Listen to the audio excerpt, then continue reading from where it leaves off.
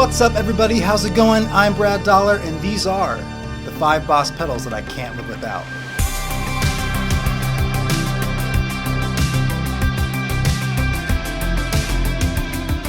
How's it going, everybody? I'm Brad Dollar. Welcome to my channel. Thank you so much for watching. Thank you so much for being here. It's great to see you. When it comes to guitar pedals, one of the brands that's almost impossible to avoid is Boss. Boss has been making pedals forever. Pretty much as soon as you could cram electronics inside of a box and start connecting instruments to them, Boss and the Roland Corporation were right there.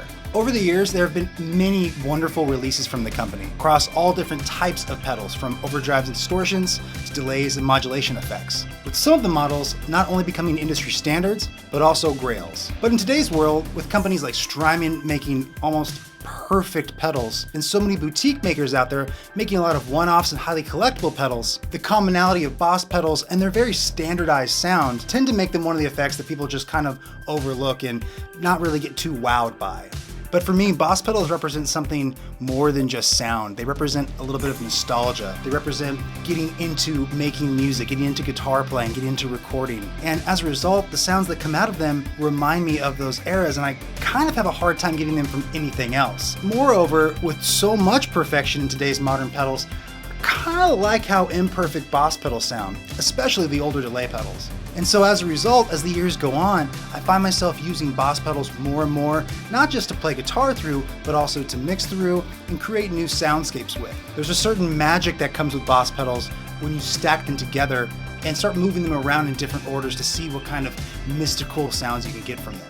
Lastly, a thing I love about Boss pedals, and especially the ones I'm about to show you, is that they just kind of sound like everybody. You know, pedals like the Digitech Whammy, they sound like Tom Morello. The Dunlop Rotovibe sounds like Jimi Hendrix. But Boss pedals are so ingrained to the sound of modern music that it's really hard to pinpoint exactly which guitar player, which musician or keyboard player belongs to any one sound. So what you get is, well, you coming out of the pedals. And that's one of the best parts about using them, is that you'll always sound like you, and you'll always find new ways to put them together that continue to sound like you.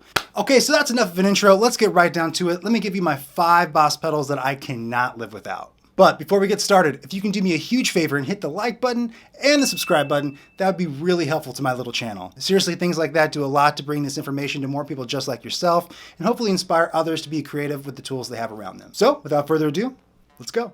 All right, coming in number 5 is the Boss PS5 Super Shifter.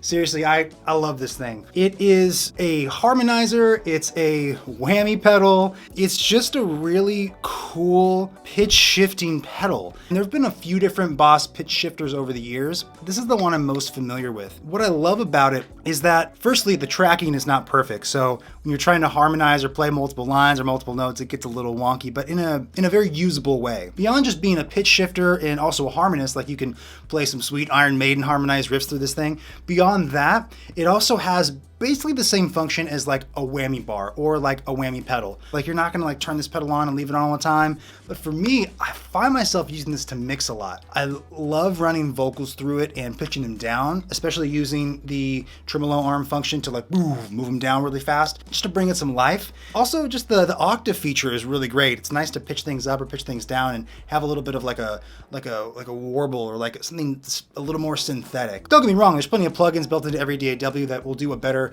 pitch shifting job than this, but something about running real audio through it and getting something back out the other side through all of the buffers and electronics just does something different than you would get from a plugin. Also stereo outputs, which is pretty sweet. I don't use that often, but when you're using this in a larger chain of effects, it's really nice to get even more spread on the effects you're creating. So I love this thing. I can't live without it. Boss PS5 Super Shifter coming in number 5 for yours truly.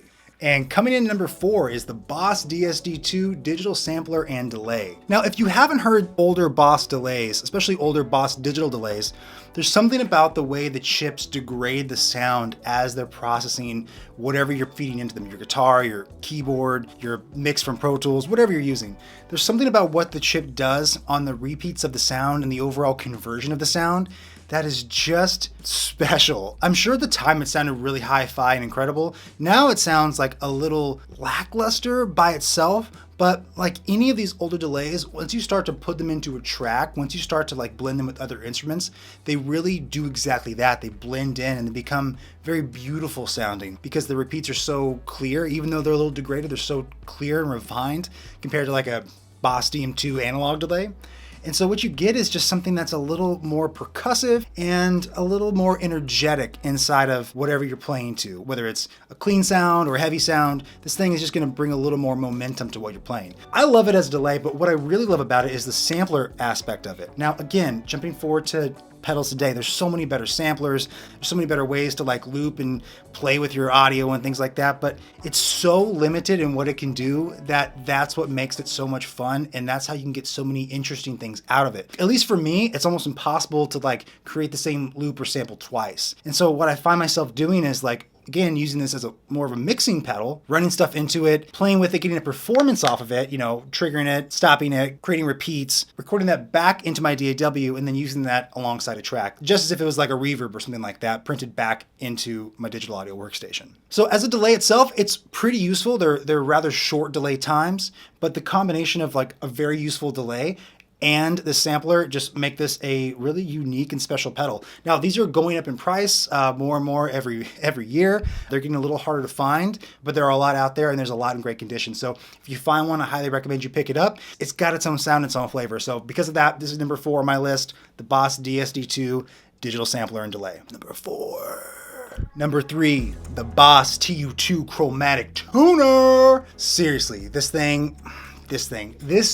specific tuner, this pedal means a lot to me. I've had this pretty much the entire time I've been playing guitar. I got this in high school at some point. I haven't really toured a lot or played a lot of shows, but every show I've ever played, this has been there. It's been a huge part of almost every studio session I've been in the last decade, and is just very sentimental to me. I think if my house was burning down, I might grab this over some other things.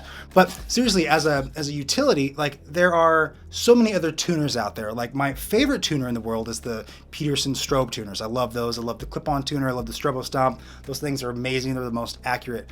But in terms of like super useful, super rugged, it's going to do a good job. It's going to help you get your guitar, your bass, or maybe your keyboard in tune. Sometimes I tune that Moog with this thing.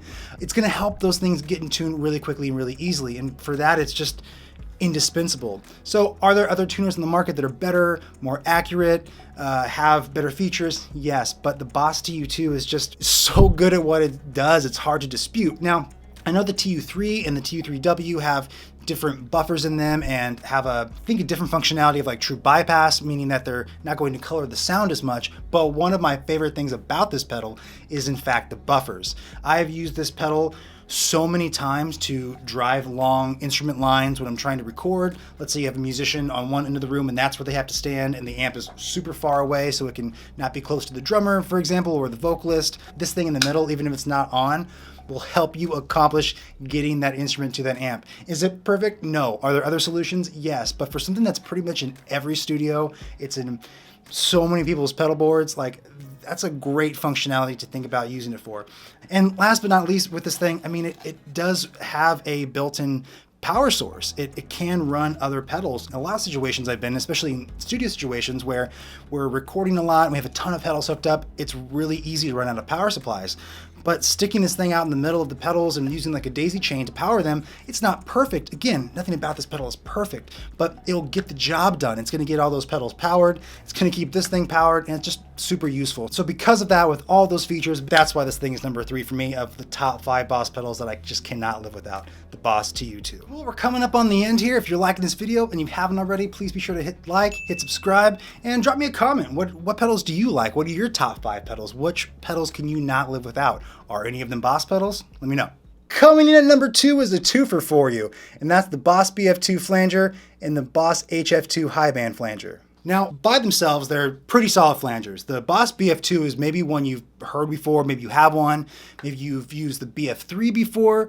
It's a pretty standard flanger. The high band flanger you may have not heard as often, but is the same concept, the same kind of flanger, but it really only affects the high end frequencies of whatever you're running through it. So low end frequencies are not being flanged, and what that does is create a little more clarity. Now it's ultra subtle. Like compared to this, you can make it sound extreme and you can get some pretty like warbly, crazy effects out of this thing, but not anywhere near like this.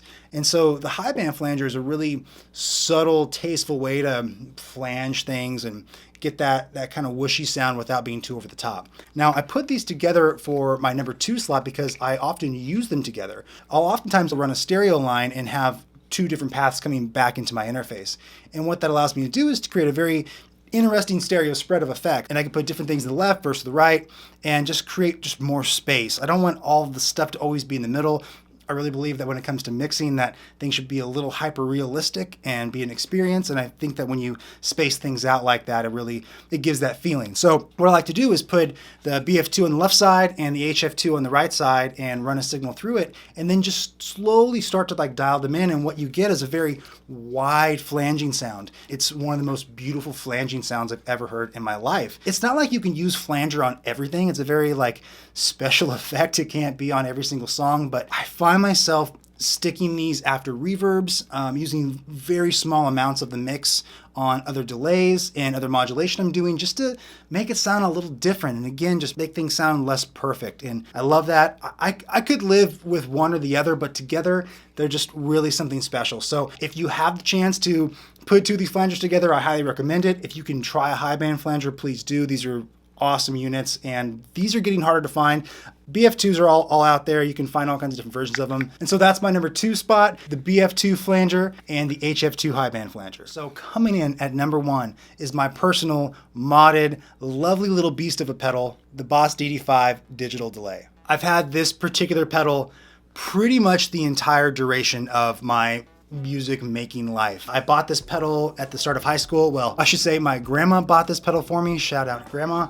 And it's been a major part of how I've discovered tonalities and textures and shapes in music. And I've always gone back to this thing as kind of the main way I learned how to create atmosphere inside of tones and signals. This particular unit, I added the Monty Adams mod, and that's basically just like a high cut on the repeats, with top being somewhat of a roll off on the repeats, and the bottom being really extreme roll off on the repeats, and the middle being bypassed. And what that is intended to do is to make it sound more like an analog delay. So, you know, I can get pretty standard digital delay sounds out of, especially like the DD5 chip has its own tonality, and after this they start to get a little too pristine for my ear, so it still like degrades the signal in a way that I love. But with the Monty Adams mod, with the high cut mod on it, it really makes this a very musical, beautiful pedal. You get a lot of clarity and a lot of energy like you get out of a digital delay like we talked about with the DSD2, but with a little more warmth to it. And because of that, it's just been an indispensable delay. I've used this thing countless times on countless records, so many different projects, guitars, keyboards, bass, all kinds of stuff. I love cranking the feedback and trying to get like infinite feedback going, then cranking it down, playing with the time. Like just the way it processes feedback in too many repeats is glitchy and messy and wonderful. So I love using it for that. Furthermore, as a stereo pedal, being able to run delays out stereo it obviously is a common thing. Most pedals have stereo outputs, but for me, this was the first pedal I ever experimented with that. So this is the pedal I first discovered how to do like the edge triplet repeats through. I tried to beat Andy Summers with this thing. And then when I got into like Radiohead, I was just trying to make this thing sound like some indie rock shoegaze machine. And it did it. Over the years, people have borrowed this and used it on their records, and it's got beat up and dropped and kicked around and been all over the country, and it just keeps ticking. And so with all of that in mind, like the sound, how durable it is, and just how big of a part of my life it's been, that's why this pedal is number 1 in the top 5 Boss pedals that I cannot live without.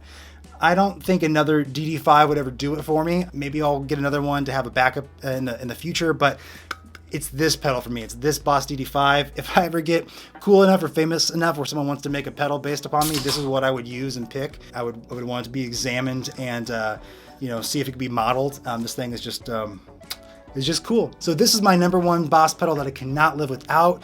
These are still pretty available. The price isn't crazy on these out there on places like Reverb. So if you get a chance to pick one up, please do. There's plenty of high cut mods you can do to these pedals. And for me, like, I'm not an electronics wizard. I'm actually pretty messy. And this is probably the last successful electronics project I ever participated in where I was building or modding something. But it's extremely easy. Is what I'm saying. If I can do it, you can definitely do it. So this Boss DD5 is my favorite, my number one, and I definitely can't live without it. All right, so that's it. Those are my top 5 favorite Boss pedals that I cannot live without. I hope it was helpful and you were able to think about some other Boss pedals maybe you haven't really considered before to put into your rig, and I hope that it helps you form your top 5 list. Knowing what makes your sound and what forms your musical identity is really important, so you can keep exploring more of it, keep finding new avenues and different verticals of it. Not to mention, when you've just had enough of it, knowing what you want to do different is really helpful. And so these Boss pedals have really helped me carve out what I know about making tones. They've helped me understand how pedals work and really how to get different tones and layers and textures with things like guitars and DAWs and keyboards. So these pedals have been a huge part of my musical journey and a huge part of my audio journey, and I definitely couldn't imagine my creative life without them. So that's it for now. Thank you so much for watching. Please be sure to like and subscribe. I look forward to seeing you next time.